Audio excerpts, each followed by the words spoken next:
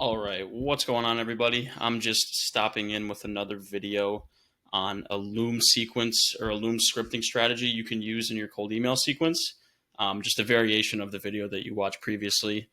Something that we've been using at our agency as like a test against the one that you saw in the last video.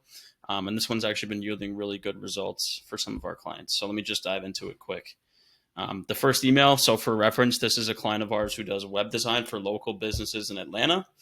The reason I wanted to show you this is because one, web design is a really hard service to sell with cold outreach. It's just the nature of it. Like people don't always need a new website, right?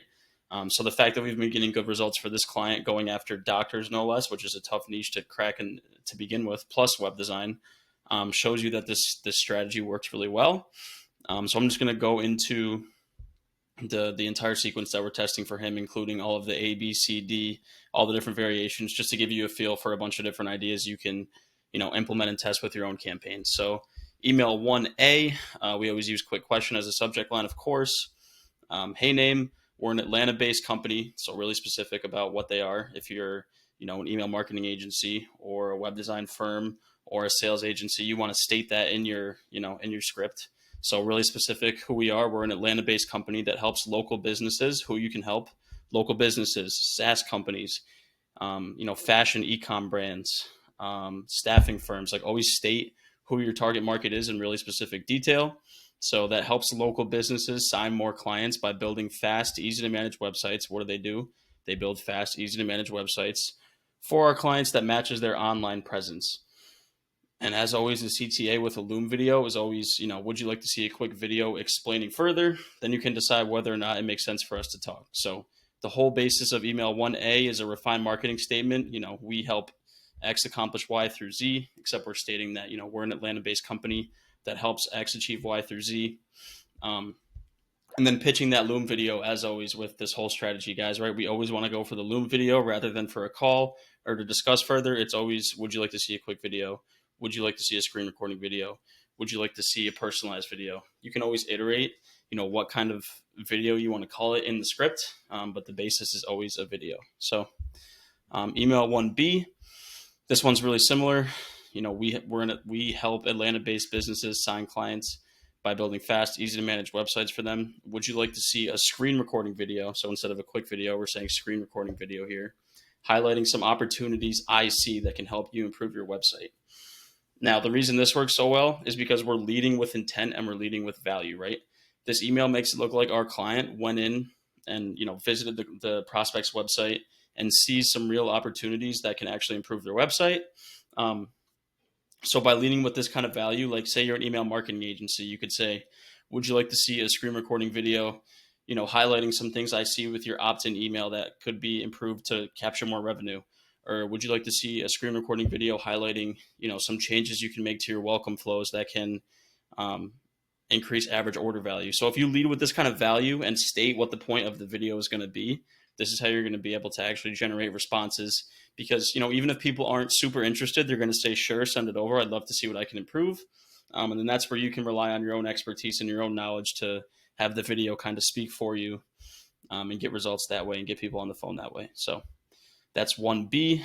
1C, quick question. Name: was visiting your website and noticed a few things that might be leaving a bad first impression on potential clients. This is the exact same thing, right? Was visiting your website and I noticed some things that might be leaving a bad first impression. You're leading with the value, you're leading with the intent, and you're showing them, things that they can immediately implement to, leave a better impression on their potential clients. So mind if I send over a quick video explaining further? Then you can decide whether or not it makes sense for us to talk. Once again, email 1B and 1C are similar. You're leading with the fact that you've already checked out their website, which we all know that we haven't checked out their website, but we're saying that we have, so that when the prospect replies and shows interest, that's when you can actually go and check out their website, check out their landing page, check out their email flows. Whatever it is that you offer, you can actually go in and do your own research once you get the verbal commitment from a prospect. That's the whole point of leading with this kind of intent. And then email 1D, this is a really unique case study they have. So basically a case study angle. We've spent over a decade helping an Atlanta-based business scale from 0 to 50 million, which is insane. This client's been around for a long time. by being their full service marketing partner, not just an agency they outsource to. Would you like to see a quick video explaining some digital marketing ideas I had in mind for your company? We used company text replacement. Then you can decide whether or not it makes sense for us to discuss. So obviously this case study is insane. Going from 0 to 50 mil with a client is not typical for what we're teaching or what you guys accomplish. I know with our agency, we certainly haven't accomplished anything close to this. But if you want to if you have any social proof, have any case studies, include it here. But if you don't, you can include something like, one thing that we don't have here that is very good to add. We're add a guarantee in this type of angle. So if you don't see an increase in inbound leads in 60 days, we will give you a full refund. So if you have any kind of guarantee, throw it in between the, would you like to see a quick video and the, we're an XYZ company helping, XYZ clients, throw in that guarantee because it's only going to sweeten the deal for when prospects read the email. So yeah, that's the first set of emails. That's all email 1. These are 4 different variations that you can test in your own outreach, but this has been working really well for our client lately. So yeah, going into email 2, 4 days after email 1, of course, if they don't respond to the first email, they're going to get a second email. And then this one's also leading with a lot of intent, right? I went ahead and recorded a quick video explaining some opportunities I see that can help improve your website. Obviously, this client has not recorded a video yet. They haven't even checked out the prospect's website or even know who the prospect is.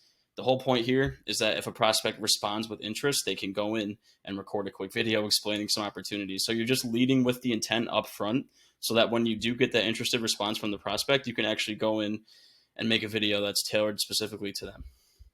And then the call to action is, should I share it with you here?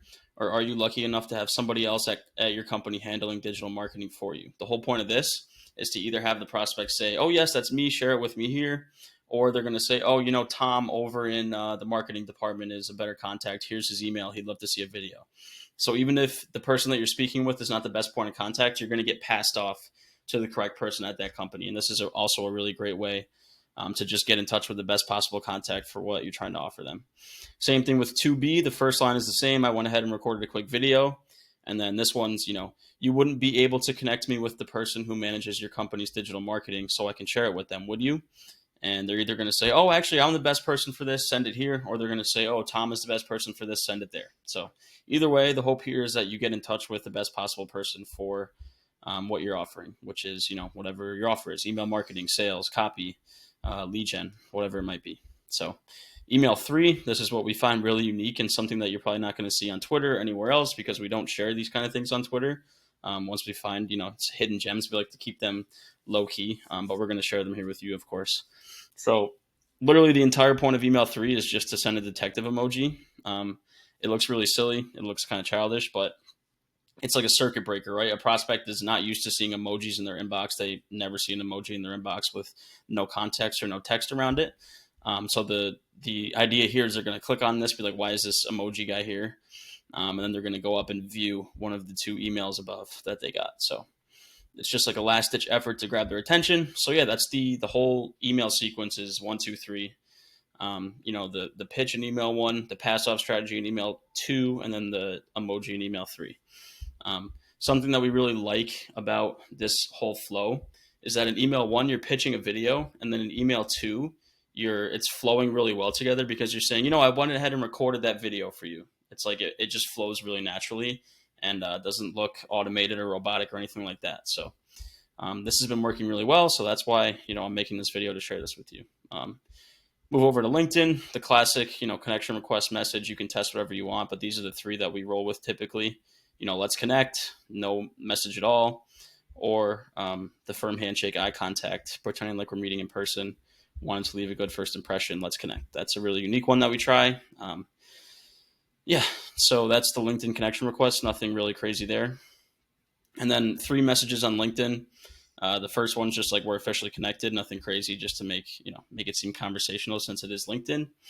And then LinkedIn 2, I sent you an email from whatever domain you're using in regards to a video I made highlighting some improvements you can make to your website so it leaves a great first impression on potential clients. Should I share it with you here? If they say yes, record the video, share it with them there. If they say no, well, they don't want a video in the first place, and let's move on to the next person at that point. And then we wrap up on LinkedIn with the little detective. So I didn't want to take too much time making this, but I really wanted to share this with everybody, with you, because it's been working extremely well for us internally. It's working for a lot of our clients, and we all know the Loom video strategy is a really, really efficient and great way to get on the phone with prospects. So this is just a different variation that you can test with your own outreach. So check out a link in the description of this video for a PDF of this entire sequence in full, so you can copy, grab inspiration from it, copy it if you want. We want you to do whatever you want with it to get leads and get replies to your cold email. So hope this helps, and I'll see you on the next video.